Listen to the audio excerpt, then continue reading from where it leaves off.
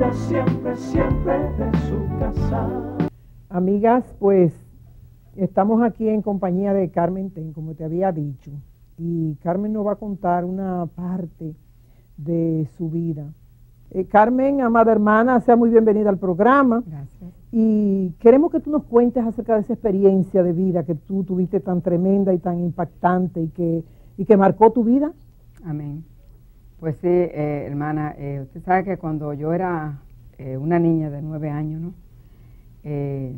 Yo estuve, mi mamá se separó de la persona que yo consideraba que era mi padre, pero que no era mi padre, porque yo tenía a mi padre biológico, pero él era mi padrastro, y la verdad que yo creía que él era mi padre, definitivamente. A los 9 años mi mamá decide separarse de mi papá, que yo creía que era ese mi papá en aquel entonces, y me lleva donde mi padre real, biológico. Mi padre biológico. Entonces ahí yo estuve, cuando mi mamá me lo presentó, me recuerdo como ahora, me dijo que ese era mi padre.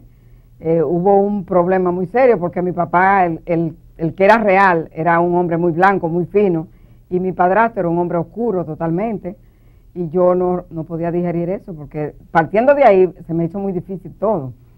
Pero más difícil se me hizo cuando fui donde la esposa de mi papá, que yo no tenía ningún trato con ella y que ella tenía, parece, su resentimiento con mi madre. Dime, ¿qué tú sentiste en ese momento en el que tu mamá fue y te llevó donde este señor? ¿Qué pasó en el alma de esa muchachita de 9 años? ¿Qué ocurría en tu alma? ¿Qué tú pensaste? ¿Qué tú sentiste? ¿Cómo ocurrió eso? Bueno, ¿cómo te digo, hermana? En ese momento yo sentí como una sensación que todavía la siento. Dios mío. Porque yo no podía digerir eso. Yo no creía que podía ser mi papá, porque ya yo tenía otro padre.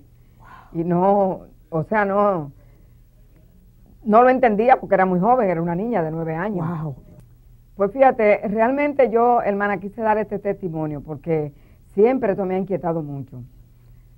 Ya yo soy una persona que hasta nieto tengo. Pero ¿qué pasa? Que habemos personas, y hay personas, porque yo también pasé por esa situación, el papá de mis hijos tuvo 3 hijos en la calle, y yo realmente, como atravesé por esa situación, me lo llevé a vivir a mi casa, porque su madre lo abandonó a esos 3 niños, porque ya yo venía marcada por ese problema. Entonces yo no podía hacer lo mismo con esos hijos de esa señora que me hizo sufrir también muchísimo, y yo le iba a hacer lo mismo a esos hijos, porque ya yo había pasado por una experiencia muy amarga con la madrastra mía. Claro. Ella, cuando yo fui a vivir allí, me dio un trato terrible, terrible. Yo creo que no era un trato humano, era un trato como de un animalito. Yo era como un animalito en esta casa. Sí, yo era como un animalito porque ella me... Y no un animalito muy querido, porque no, tú un animal que tú quieres mucho, tú... A mí el único amigo mío que yo tenía realmente ahí fue mi hermano, que como estuvimos comentando antes del programa, tuvo un accidente, él mismo se dio un tiro. Ese era mi amigo, era mi hermano, me quería muchísimo. Y un perro que se llamaba Olivero, que ese era mi amigo. Yo recuerdo una vez que nos mudamos de Valverde Mao, mi papá era inspector de sanidad, y nos mudamos de Valverde Mao íbamos para Castillo, para la casa de mi papá. Y yo me recuerdo que yo venía atrás, en el camión atrás, con los empleados, y los hermanos iban adelante con ella y con... Dios mío. Y o sea, ella nunca me tuvo como ese trato de hija de su esposo, no, nunca. Para ella yo era, ¿cómo yo te digo? Yo diría que ni una trabajadora, porque yo tengo trabajadoras en mi casa, y las trabajadoras que yo tengo en mi casa, que duran hasta 5 años en mi casa, yo las trato como si fueran familia mía. O sea, yo pienso que ni siquiera de una trabajadora. Yo pienso que el dolor que ella tenía tan fuerte la llevó a cometer muchos errores, que eso es lo que yo quiero hacer hincapié en las hermanas, que cuando atraviesen por esa situación que atravesó esa señora y atravesé yo también, que no culpen a los niños, porque los niños no tienen culpa de nada. Los únicos que tienen culpa de las cosas de los niños son los adultos, ¿entiendes? Claro, y yo entiendo que un señor tiene un hijo fuera del matrimonio, no de la calle, como dicen la mayoría de las esposas, no, porque mi marido tuvo un hijo en la calle, ningún hijo es de la calle. No hay hijo de la calle. ¿Entiendes? Todos los hijos son de un hogar, ¿me entiendes? No son de la calle. Son hijos de un hombre. Partiendo de por ahí, ninguna mujer debe decir, porque usted está bien o usted está en un hogar y está estable con su matrimonio, pero mañana usted no sabe cómo usted va a estar. Amén. Así mismo ¿Entiendes? es. Porque yo te lo puedo decir por muchas amigas que yo he visto con muchos problemas. Hoy tú estás en la cima, hoy tú eres millonario y mañana eres pobre. Por supuesto. ¿Entiendes? Entonces la persona tiene que pensar en que hay un Dios y que Dios todo lo está mirando allá arriba. Claro Y que que, sí. o sea, a Dios no se le pasa nada. Nada. Porque yo te puedo decir que yo no le tengo ningún rencor a la esposa, que era esposa de mi papá, porque él murió. Pero sí quisiera que quedara en el corazón de las personas que cuando tengan una situación de esa magnitud, que ese niño que llegue a su casa lo trate como si fueran sus hijos. Porque la verdad es que eso marca mucho a un hijo y a un niño, ¿no verdad? Y yo creo que uno quiere estar bien con Dios, no con el esposo ni con el mundo. Uno quiere estar bien con Dios y la satisfacción es para Dios, no es para el mundo. Claro, y delante de Dios, fíjate que es delante de Dios que está mirando la situación, porque tú por fuera hay muchísimas que son hipócritas y delante de los esposos dice que lo tratan bien y por detrás de los esposos lo tratan malísimo. Exacto. Entonces es una situación que es delante de Dios que nosotros estamos. Amén. Yo siempre he dicho que yo soy una hija predilecta del Señor desde que estaba en el vientre de mi madre. Gloria a Dios. Porque mi madre cuando me tuvo a mí, que tú sabes que ella me tuvo con una comadrona, como llamaban generalmente, mi mamá se vio muy mal, ella duró mucho tiempo muy grave, ¿no verdad? En el sitio donde era ella, que era un sitio muy remoto, de por ahí del lado de Yuna. Y yo entiendo que desde ahí yo entiendo que el Señor, yo fui su hija predilecta, porque Él me salvó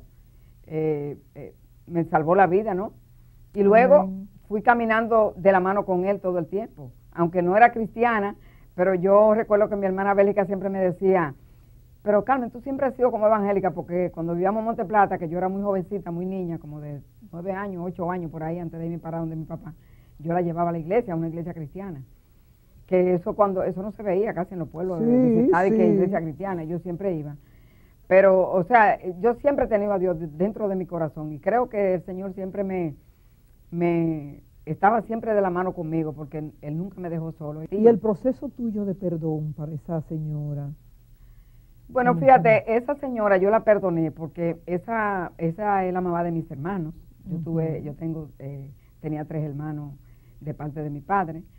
Y como te dije anteriormente, mi hermano se dio un tiro en su vehículo y después hubo un accidente que mi papá lo mató el esposo de mi hermana y a mi hermana también. O sea que en la vida de ella pasaron muchas cosas. Muchas cosas dolorosas. Sí, muy grandes. Y yo realmente ahora mismo, y siempre lo que le he tenido, le pido a Dios que tenga misericordia de ella, porque yo no soy quien para juzgarla, pero la vida a ella le han pasado muchas cosas en la vida, porque cuando tú pierdes un hijo en esa condición, cuando tú pierdes tu esposo y tu otra hija en esa condición, yo creo que yo siempre le tuve mucha compasión a ella, porque vi mucha, o sea, en ella yo veía muchas cosas, y era muy joven, no tenía discernimiento de las cosas, pero yo diría como que yo nunca he sido una persona rencorosa.